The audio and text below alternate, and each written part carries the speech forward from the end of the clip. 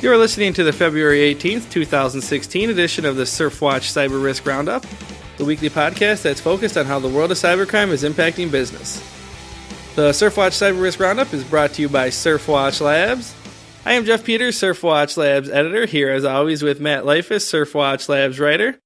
Every week on this podcast, we bring you the top 5 trending cybercrime events, advisories, and legal actions from the past week. So we'll jump right into it with the top cybercrime event from the past 7 days. Yeah, coming in at number 1, we have, I'm sure there's a few Netflix users out there, I'm sure. Netflix made headlines this week, and it was a top trending target. Netflix is being used to distribute malware and other phishing campaigns, and this is according to a recent warning from Symantec. Security researchers have spotted malicious files pretending to be Netflix software. According to Lionel Payet of Symantec, the Netflix disguised files aren't dropped through drive-by downloads. Instead, the files are most likely downloaded by users who may have been tricked by fake advertisements or offers of free or cheaper access to Netflix. Symantec also said it found phishing campaigns redirecting users to a fake Netflix site designed to harvest login credentials, personal information, and payment card details. Netflix is available in over 190 countries worldwide, so I'm obviously kidding at the beginning there.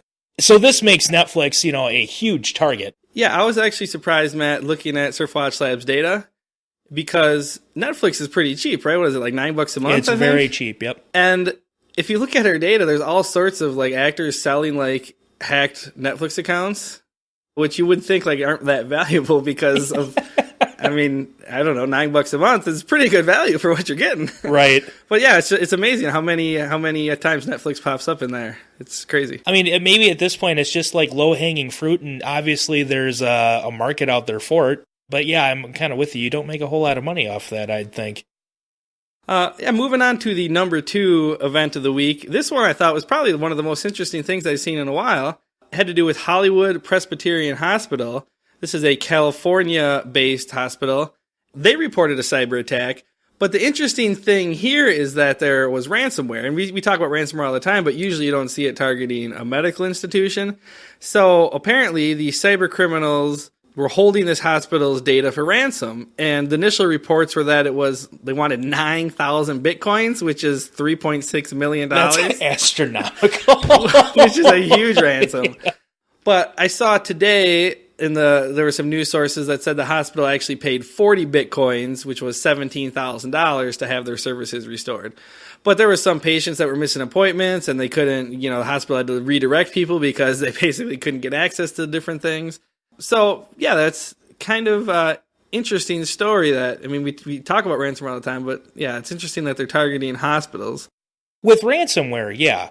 Hospitals and healthcare in general, it's a big target. There's a lot of PII out there that is, very valuable for any type of fraud they could pull off, but a ransomware kind of extortion attack in a hospital, I've never heard of that. Yeah, and because every time we interview someone about the healthcare field or about these different deadly kind of medical attacks, not that this is necessarily deadly, but everyone always says, well, yeah, the criminals could do that, but they don't want to hurt people. But here we have people missing appointments, having to redirect patients that are on the way to the hospital and things like that. So potentially, could be a pretty serious issue. Yeah, it really could. And it didn't really get into, I think some of the articles listed what sections of the hospital were really impacted. But what if one of them was surgery, and someone was going in for a life-changing surgery and can't get to it.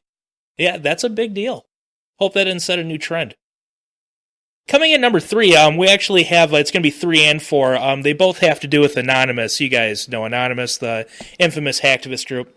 They were active twice this week, and for the number 3 top trending target, had to do with Anonymous attacking a Tanzanian telecommunications company, or the Tanzania Telecommunications Company, as it's called. Pretty creative name. Yeah, right. Anonymous. They attacked this telecommunications company, and they leaked the details of 64,000 employees of the telecommunications company. I'm going to call it TTCL for short because it's a tongue twister. TTCL is a state-owned company that provides telephone services for Tanzania and Zanzibar. The hack was conducted by World Hacker Team, which is one of the many subdivisions of Anonymous that is kind of, sometimes it is kind of fall under like the big, this is Anonymous. The attack was part of the ongoing Op Africa campaign. The data leaked in this attack included names, email addresses, telephone numbers, work department information, and job titles. And the next one had to do with Anonymous stealing 18 gigabytes of data from Turkey's national police. Members of Anonymous targeted the Turkey's national police database and obtained this 18 gigabytes of data. Then they leaked that data on several websites for people to see. This attack was in protest to the widespread corruption in the Turkish government, which I'm not too familiar with, but I guess we'll take their word for it. The group posted several messages with the data, and they were kind of taunting the Turkish police. Like there were a couple tweets they put out there, what they do. I mean, we've seen this stuff before, and they're just up to the old tricks. So Anonymous was active this week. Yeah, it's kind of hard to keep track of them all. Like, I wonder how effective they are. And like on a global scale, at least when we look at it, there's just so many different causes going on. Like, how can you possibly keep up? I guess maybe if you're in Turkey or in Tanzania, maybe it makes some news and people pay attention to it. But well, one of the big things that Anonymous does is they, I think it's called Op Israel, and like every year they target all these Israeli websites and shut them down, and it makes news. Like a lot of the stuff makes news, but I think you got a point. Does it really even make that big a difference? I mean, isn't it like just kind of like a minor inconvenience for a day or something? It's like, okay, they're done and everyone moves on with their lives. That's always my view on hacktivism, is it's basically just a bunch of attention-seeking idiots for 95% of them. Yeah.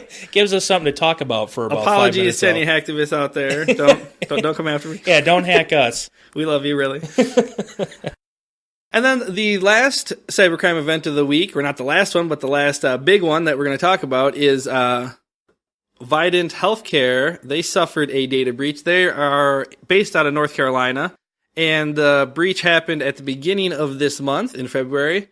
And employees at Vidant's Duplin Hospital, I think that's how you say it, Vidant Duplin. Employees at Vidant's Duplin Hospital were affected by this breach, and the company released the following statement. They said that Vidant Health discovered that personal information for Vidant Duplin Hospital employees was subjected to unauthorized access by an outside source. This unauthorized access occurred in early February, and we notified our employees in writing and in meetings. Vidant has controls surrounding employees' information. These controls worked to discover the unintended access and avoided additional information disclosure. We have arranged for all of our Duplin hospital employees to have free identity and fraud monitoring services for 12 months. So it's kind of, the usual statement of, we tried, but something still happened. But yeah, I didn't see anywhere where it said how many people were actually affected. Do you see anything like that? No, I didn't see anything either. And who was behind the attack. Not that attribution is always the most important thing, but it didn't mention that either. I will say for this one, if they found this in early February, and what's today, the 18th, 19th? That's pretty fast turnaround. You that's can't pretty really good. Criticize them for putting their best foot forward. They weren't able to protect everyone's data, but at least they let everyone know right away. Moving on to advisories for the week. The first one has to do with an Android bug, and it's actually an Android Instagram bug. I didn't think this was... it was a big deal, but I think it's more that it involved Android, and Android's such so big. But well, Instagram too is pretty. Well, Instagram's pretty. I big don't use too. Instagram, but it seems like everybody else does. A lot of my friends do. Instagram recently patched a bug. The bug shared Android Instagram account holders' personal notifications and messages with other users. This vulnerability was not happening with every Android user with an Instagram account, but it was happening with some. This was first spotted back in November 2015, and again, the issue has been patched, but I guess something out there if you're an Instagram user, someone might have known like a private message or something, so if it was a little racy, okay. I mean, it's a big deal. I mean, it's a privacy thing, but I was surprised compared to some of the other issues that were on this list this week that was the top trending, but okay. Yeah, I noticed looking at the data that Android's always on the list of the top targets, but I'm pretty sure it was the number one by quite a bit. Yeah, it was. This week. And that's actually Android has to do with the number 2 top trending advisory as well. A new Android malware is targeting users by showing them unwanted ads and then installing malicious applications. This new threat is called the Hummingbird malware. Nice creative name there. Yeah, that's kind of a cool name. And this malware was first spotted on adult-themed Android applications downloaded from third-party app stores. So, once again, just like every week, don't go to third-party stores. I don't know if people do it. Right. But Hummingbird, every time the device starts, it makes sure that it has these root privileges every time. So this malware's main function is to show spoofed ads and install these malicious apps. However, security researchers have found that by making small changes in the malware's code, that it can be used to install more malicious things like keyloggers, capture user credentials, bypass encrypted email containers, things like that. So again, the concern is always if something works, people are going to steal it, rip it off, and put their own little twist on it. Yeah, and this is a newer malware that's out there. Right now, as Jeff said, it is showing ads and it's installing this unwanted apps on people's phones. However, as the security researchers, the big thing with this that they pointed out is because that this malware gains root access, if criminals wanted to up the game and try to have more malicious intent, they could do a lot more with this malware than it is currently doing. So kind of the vibe behind this is to look for this threat to evolve in the future because it does kind of gain control over your entire device. So it could potentially be a pretty big deal. I would like to know, I'm sure there's some stats out there, but I'd like to know how many people actually use these third-party app stores because we talk about it every time on the podcast. Right. And I'm always thinking I know people torrent stuff and do all this stuff to try to save a couple bucks, but I wonder what percentage of users are actually using that. Right. I don't. I mean, anytime I get an app, it's, Google Play Store or whatever, Yeah, most of them are free or if $2 or whatever, if it's something, but because then, because if you knew the percentage, then you could kind of figure out what percentage of your employees are likely doing that kind of stuff and you kind of figure some stuff out from there. The number 3 top turning advisory had to do with an FBI warning, and the FBI issued a flash warning of network breach indicators. So here we have the FBI released validated information, this was yesterday, regarding a group of malicious cyber actors who are involved with compromising various government and commercial networks. This group utilized multiple domains since at least 2011 from what the FBI found. Research and analysis indicates that these domains were associated with the command and control of customized malicious software. These domains have also been used to host malicious files, often through embedded links in spearfish emails. Any activity related to these domains detected on a network should be considered an indication of a compromise requiring mitigation and contact with law enforcement. Now, there was a gigantic list of domain names. If Jeff and I went through and actually read them all off, we'd add at least a half an hour onto this podcast. So if you want to check it out, go to FBI's website and look up this alert, and it'll all be listed. The number 4 trending advisory had to do with malvertising. It's your weekly malvertising update. We need a little theme song to go along with that. This one is called, what's it? Wajam? Wajam? We'll go with Wajam. Yeah, Wajam. Yeah, it's the Wajam browser add-on. And Wajam is basically a social share engine that puts recommendations inside a user's search results. And this add-on is being used by hackers for malvertising. And it's not even the first time that Wajam has been used for malvertising. A couple years ago, the Wajam browser add-on was used to inject ads in Google search results, which would hijack the browser's homepage and inject malicious ads into any site that the user visited. And this new campaign is essentially doing the same thing. The malvertising activity here is actually part of a larger campaign that has targeted TMZ and Rotten Tomatoes, and I think we talked about that last week. Yeah, TMZ was the one we mentioned last week. Yeah, it seems like malvertising's kind of catching on here lately. We talk about that every week. It's one of the top advisories every week now. I think it's a pretty easy attack to pull off too. I think it's pretty easy to get. It affects a lot of people. You know what I mean? I think that. Yeah, I think that's why it's so popular because TMZ, Rotten Tomatoes. I don't know how many people use this Wajim browser add-on, but it's a lot of people when you talk about these sites. Right. And then number 5, trending advisory. It actually comes from security blogger Brian Krebs, and it has to do with a Kohl's Cash scam. Kohl's Cash. So you go to Kohl's, you spend, I don't know, like $50 in merchandise, so you get like a Kohl's Cash for like $10. Criminals are purchasing high-priced, bulky merchandise from the website, the Kohl's website, and having the item shipped to a victim's home. These fraudulent purchases create credits called Kohl's Cash, which is what I was talking about, which is exactly what it is. It can be used just like cash at a Kohl's store. This has become a pretty popular method, apparently, and here's why. There's 2 reasons. Number 1, the bulky item sent, so like criminals were like buying cribs, right? Like a big baby crib, and they're sending it over to a victim's house. Well, do you think, let's say that happened to you, do you think that you would immediately pack it in your car and go return it? No. Or would you have to be like, I got this big-ass crib, like... That's funny, because I have something to return sitting downstairs, and it's been a couple days, and I'm thinking, man, I got to get that back. Right, but it's a pain in the butt. Yeah. Well, and here's the deal. Until that item is returned, that Kohl's Cash is valid. Mm-hmm. So they're on purpose buying these big, bulky items and hoping that, you're not going to get a super motivated person to return it. And number 2...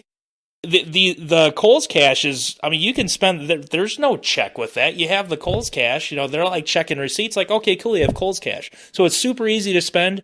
It's not probably going to be tracked back to the person who made the initial fraudulent purchase. So it's a pretty easy scam to pull off.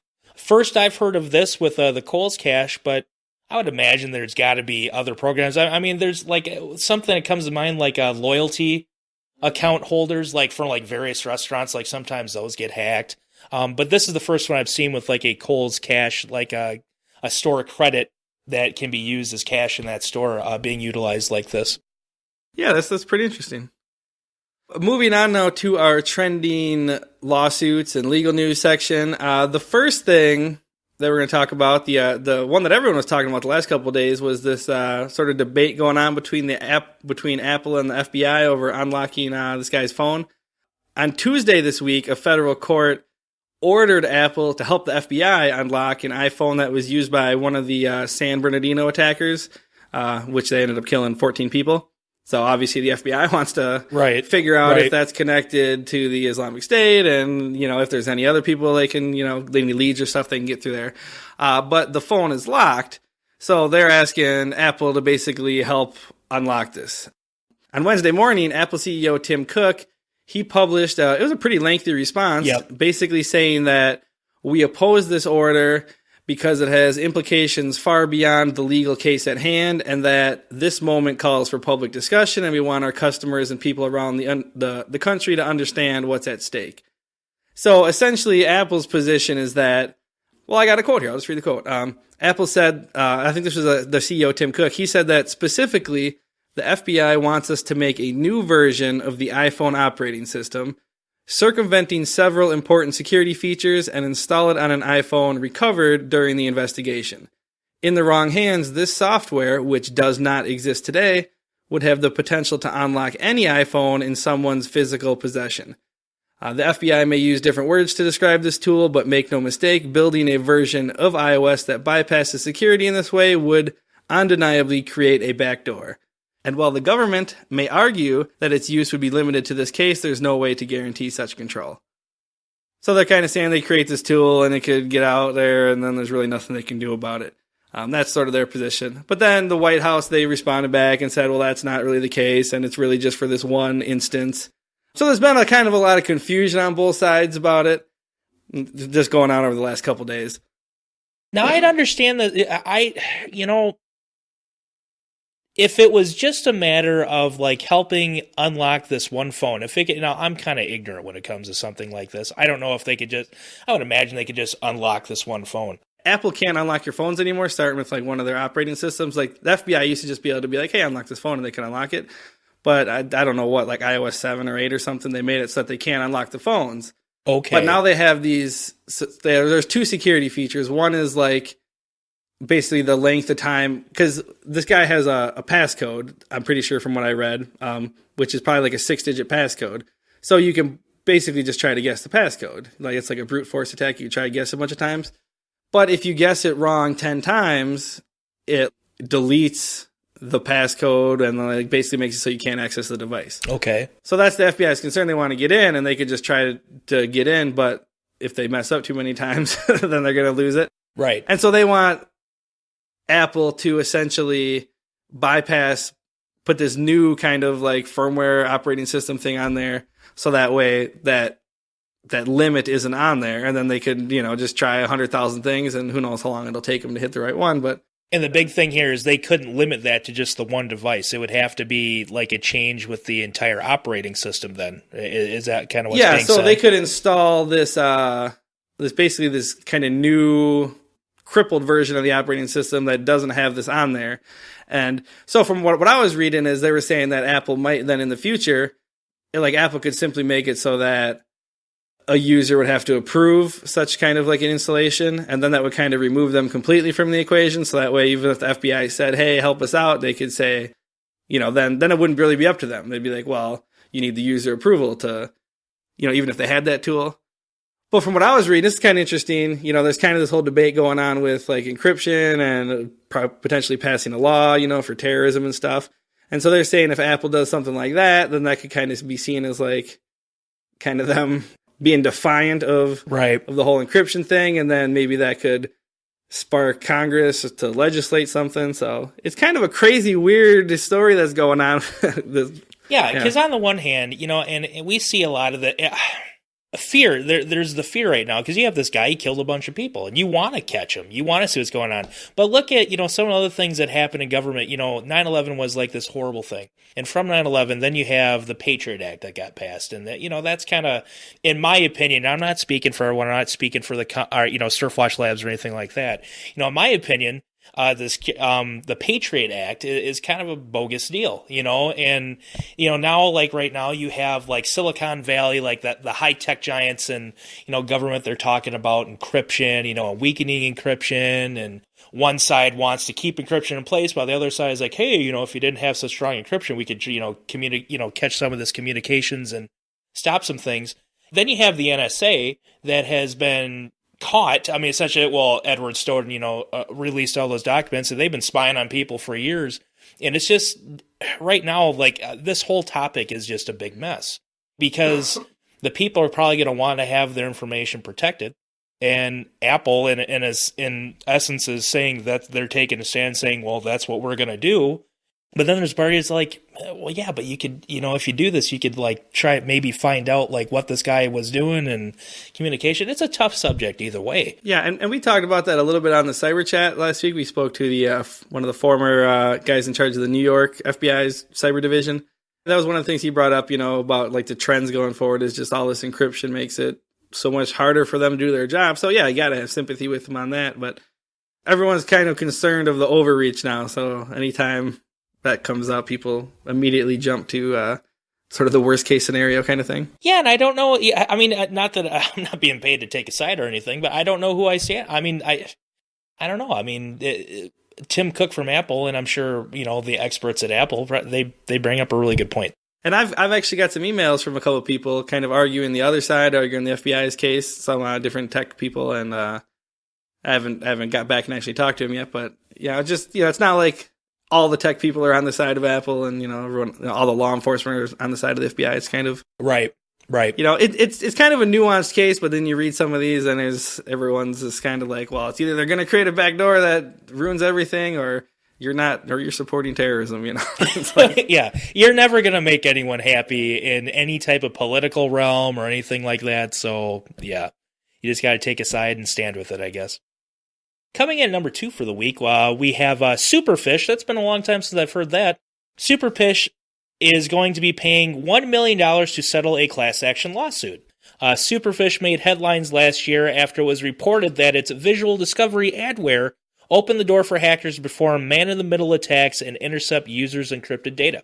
The adware was installed in more than 800,000 Lenovo computers, and this is according to the class action lawsuit filed against Superfish and Lenovo. And maybe a lot of you out there remember us talking about that. I'm pretty sure we talked about that last year in one of our podcasts. Last week, Superfish agreed to pay $1 million to settle its portion of the lawsuit. The settlement amount is low due to Superfish's financial situation, the plaintiffs and Superfish said in May 2015. Superfish announced that they were shutting down the company and focusing its technology on a new company. Just Visual is the name of the company. In addition, Superfish has agreed to help provide information in the ongoing lawsuit against Lenovo. I mean, there was a lot. That was like a really huge story last year. Yeah, it was. And it sounds like pretty much it put Superfish out of business. I mean, apparently they couldn't continue with that name anymore, so they shut it down. They're just going in another direction. They're not out of it. They're just going in another direction. They have some new technology. I think something to do with ads and showing images and stuff. It sounded okay, but yeah, it's pretty. I don't know what my point is. Whatever. I don't know what my point is. So eloquent here on the podcast. Moving on to the number 3 legal item for the week. This one actually had to do with a couple of different lawsuits that's going on. There's a lawsuit against The Body Shop, which is a cosmetics retailer, and then there's another one, a separate one, against Pet Supermarket, which is a pet store, I think, in Florida.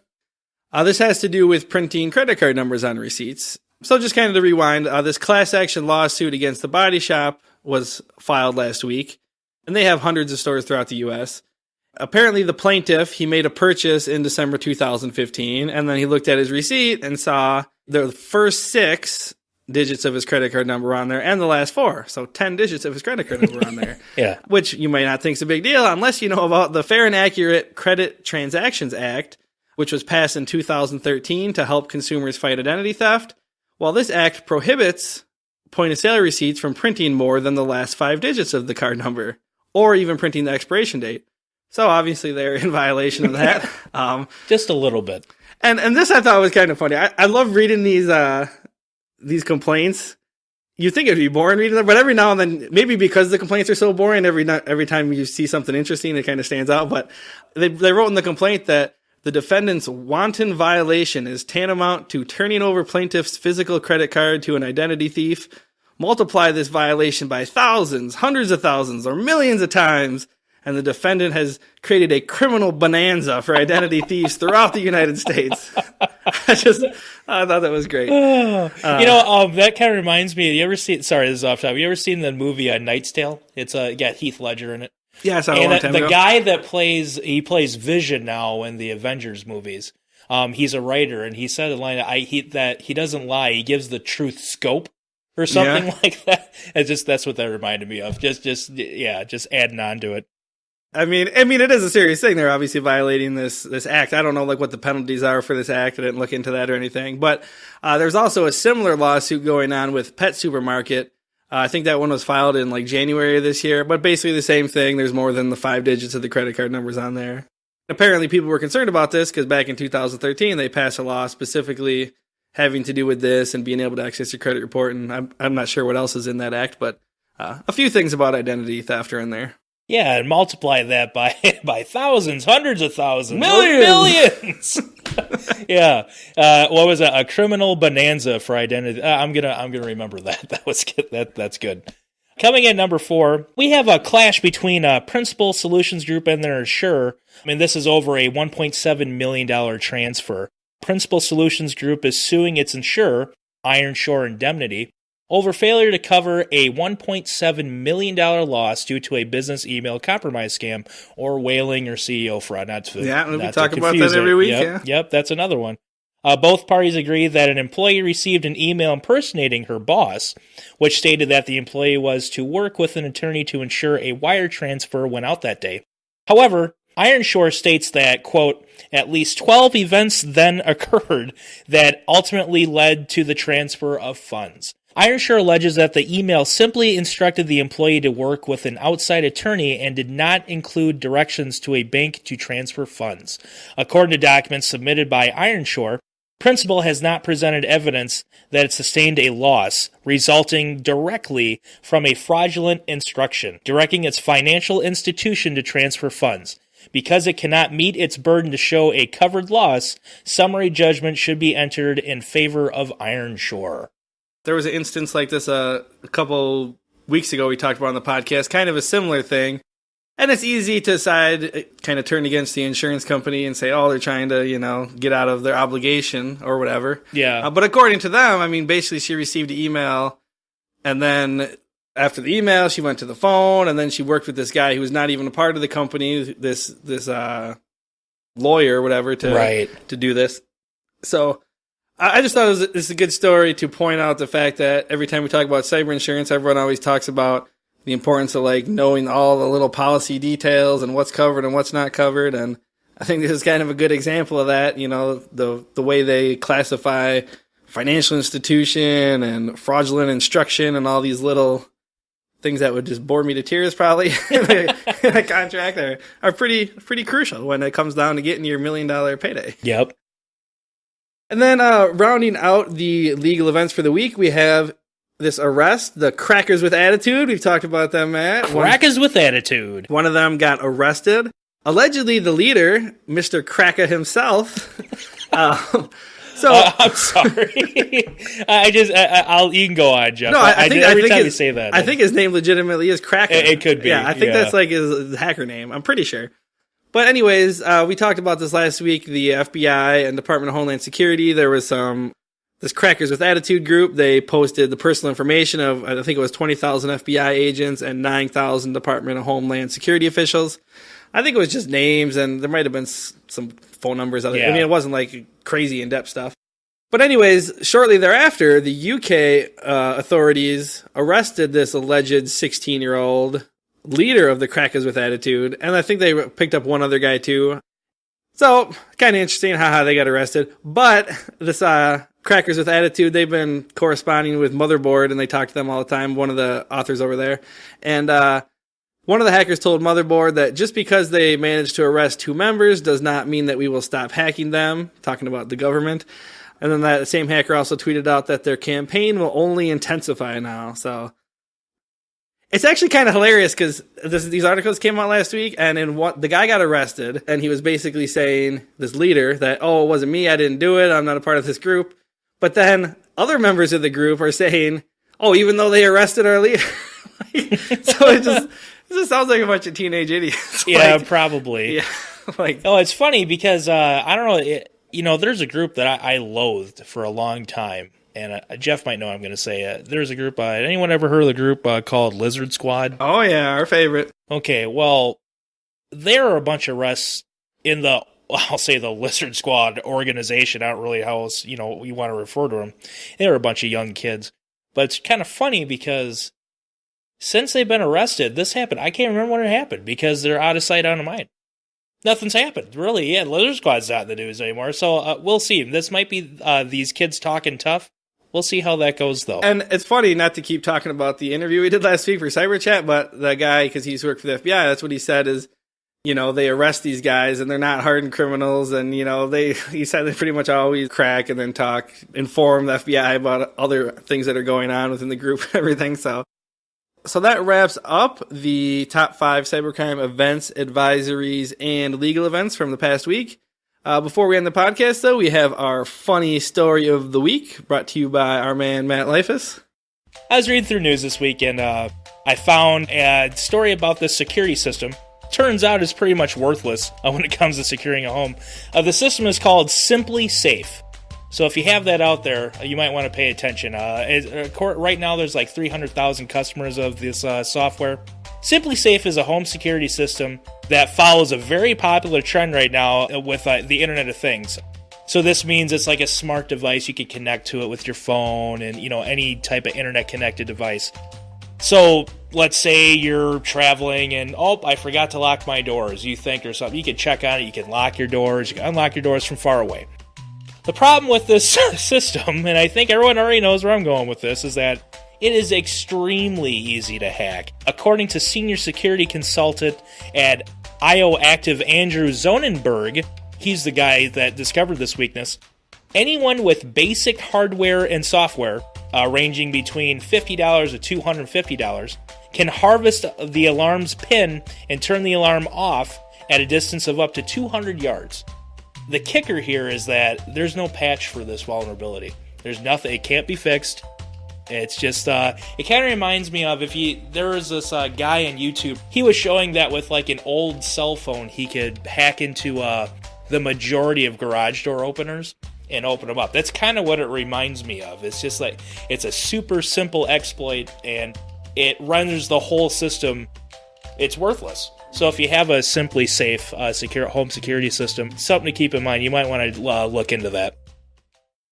All right, and that wraps up this week's Surfwatch Cyber Risk Roundup. Thanks to everybody out there for listening. As always, the Surfwatch Cyber Risk Roundup is brought to you by Surfwatch Labs. Surfwatch Labs delivers cyber risk intelligence solutions that help organizations understand the potential for cyber attacks, determine the impact of their business, and proactively address threats head-on. For weekly interviews with cyber experts, check out Surfwatch Labs' other podcast, The Cyber Chat. And for more information on cyber risk intelligence, check out surfwatchlabs.com.